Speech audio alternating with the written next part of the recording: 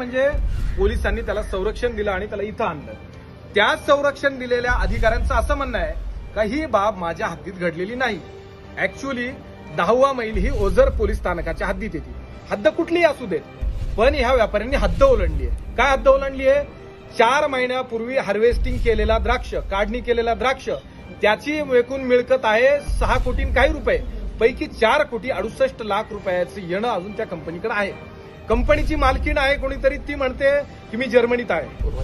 पूर्वा चव्हाण नावाच्या मालकीण आहे, ते म्हणतात आम्ही जर्मनीत आहोत. आणि हे बहादर असं म्हणताय का त्या जर्मनीत असल्यामुळं आपण त्यांचं काही करू शकत नाही. बरोबर आहे. आता एका गोष्टीला थोडंसं थांबतो आणि पुढचं सांगतो. याच पोलीस स्थानकामध्ये निफाडच्या, चांदवडच्या आणि एकंदरीत 3 तालुक्यातल्या शेतकऱ्यांचं काही व्यापाऱ्यांनी देणं दिलेलं नाहीये. त्या व्यापाऱ्यावरती 1 वर्षापूर्वी इथं गुन्हा दाखल झालेला आहे. तो गुन्हा किती लाखाचा आहे, किती कोटीचा आहे माहिती आहे? 1,54 लाख रुपयाचा गुन्हा आहे. त्याला जवळपास 6 महिने हायकोर्टानं जामीन दिला नव्हता. त्या 6 महिन्यामध्ये चांदवडचा असलेला व्यापारी ओझर पोलीस स्टेशनच्या एकाही कर्मचारी अधिकाऱ्याला दिसला नाही. तो अटक करू शकले नाही, कारण तो शेतकऱ्याचा गुन्हा आहे, शेतकऱ्यानं दाखल केलेला गुन्हा आहे. त्याचं एवढं गांभीर्याने घेण्याचं कोणाला पडलेलं नाहीये. आता ही बहादर मंडळी असं म्हणताय का आम्ही तुमचा गुन्हा दाखल करून घेतोय.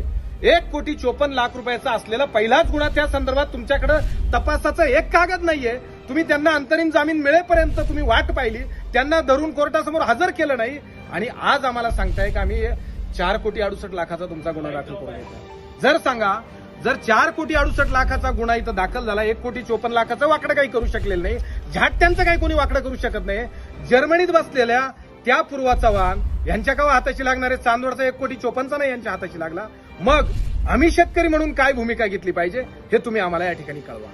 आम्ही तुम्हाला हा शब्द कोणाला वापरतो? या जिल्ह्याचे एसपी यांना वापरतोय, या जिल्ह्याच्या संदर्भात असलेले वरिष्ठ आयजी यांना वापरतोय, पोलीस महासंचालकांना वापरतोय. कारण आचारसंहिता लागली ना, लोकप्रतिनिधींचे फार हात बांधले गेलेले, त्यांचे हात आरोप प्रत्यारोपात गुंतलेले, त्याच्यामुळे त्यांना ह्या प्रश्नाशी काही देणं घेणं राहिलेलं नाही. का? सरळ हात वर करून मोकळे सांगतात आचारसंहिता चालू आहे. अरे आचारसंहिता फक्त आणि फक्त भामट्यांनाच मुभा देते का? आचारसंहिता प्रामाणिक माणसांची बाजू घेत नाही का? आज जर या 4,68 लाख रुपये असलेल्या शेतकऱ्यांचं 4 महिन्याचं घेणं आहे, जर कुणी यांना वाऱ्यावर सोडत असेल, यातल्या एखाद्या शेतकऱ्याला, तर याला या पोलीस स्टेशनचे पदाधिकारी, पोलीस अधिकारी हे सर्वस्वी जबाबदार आहे. कारण ते फक्त लोटालोट करताय. आता आमची हद्द संपली आहे, हे पिंपळगाव पोलीस स्टेशनच्या हद्दीतले द्राक्ष होते म्हणे, ओझर पोलीस स्टेशनच्या हद्दीत फक्त कार्यालय. अरे बाबा, ते कार्यालयच तर निमित्त ठरलं ना, त्या कार्यालयातच व्यवहार ठरले ना, त्या कार्यालयातच सगळी कागदपत्रांची जुळवाजुळव झाली ना, तिथनंच त्या ठिकाणी असलेल्या द्राक्षांच्या ऑर्डर घेतले गेले ना. म्हणे ह्या भावना आहेत, या भावना आहेत. आमच्या 4,68 लाख रुपये प्रॅक्टिकल घेणं या भावना आहेत, हे दस्तूरखुद्द हे पोलीस अधिकारी बोलले.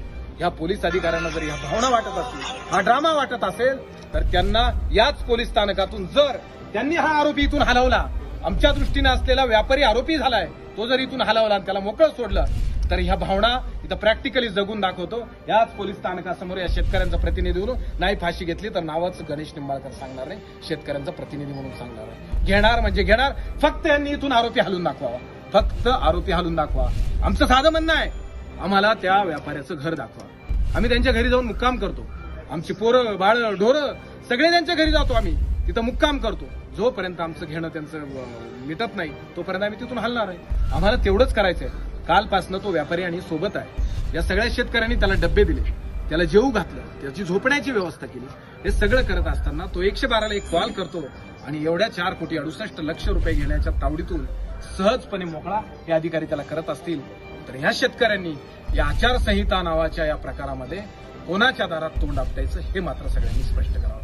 याच्यासाठी पोलीस महासंचालक साहेब, आयजी साहेब, एसपी साहेब, आपण सगळे तारणहाराच्या रूपानं पुढे यावे. 2-2, 4-4 वर्ष तुमच्या पोलीस स्थानकात गुन्हे दाखल आहेत.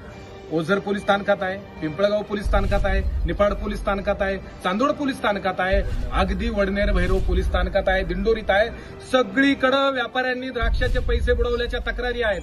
याच पूर्वा चव्हाण नावाच्या या व्यापाऱ्यांनी, ह्या तर एक्सपोर्ट फर्म आहे, सरकारकडे याची नोंदणी आहेत, आणि नोंदणी असलेल्या व्यापारी फर्म संदर्भात हे अधिकारी सांगतायत का तुमची एक चेन लिंकिंग पाहिजे एकमेकात. सरकारपेक्षा द्राक्ष संघ मोठा आहे का? द्राक्ष संघाकडे म्हणे त्याची नोंदणी असावी, सरकारकडे नोंदणी आहे, केंद्र सरकारच्या सगळ्या टर्म्स अँड कंडिशन पूर्ण करून या युनायटेड फ्रेश इंडिया नावानं त्यांनी या ठिकाणी अकाउंट खोललंय. का तर पहिलं त्यांचं जे अकाउंट होतं ते गव्हर्नमेंटनं त्या ठिकाणी निलंबित केलंय. का निलंबित केलंय तर त्यांनी पहिल्यांदा अशीच घाण केलेली आहे. मग आधी त्यांना तुम्ही त्या गुन्ह्यात पकडवा ज्या गुन्ह्यात त्यांनी गव्हर्नमेंटचे धुळफेक केली आहे. त्यांनी असलेल्या 2 फर्म एकच व्यक्ती चालवती हे दिसू दिलं नाही. त्या पूर्वसमानात त्या गुन्ह्यात तुम्ही अटक करा, पण आमचे पैसे गुन्ह्यात कन्व्हर्ट करू नका. आम्ही 3-4 वर्ष वाट पाहायला रिकामे नाही. पैसे आम्हाला आत्ताच लागतील. आम्ही आत्ता पैसे घेतल्याशिवाय इथून ह्या व्यक्तीला सोडत नाही. जर त्याला सोडण्याच्यासाठी हे पोलीस नावाचं अस्त्र कायदा म्हणून वापरत असतील तर इथं जीव गेलेला दिसेल हे मात्र नक्की. धन्यवाद. आपल्या चॅनलला नक्की सबस्क्राईब करा. बेल आयकॉन दाबायला विसरू नका.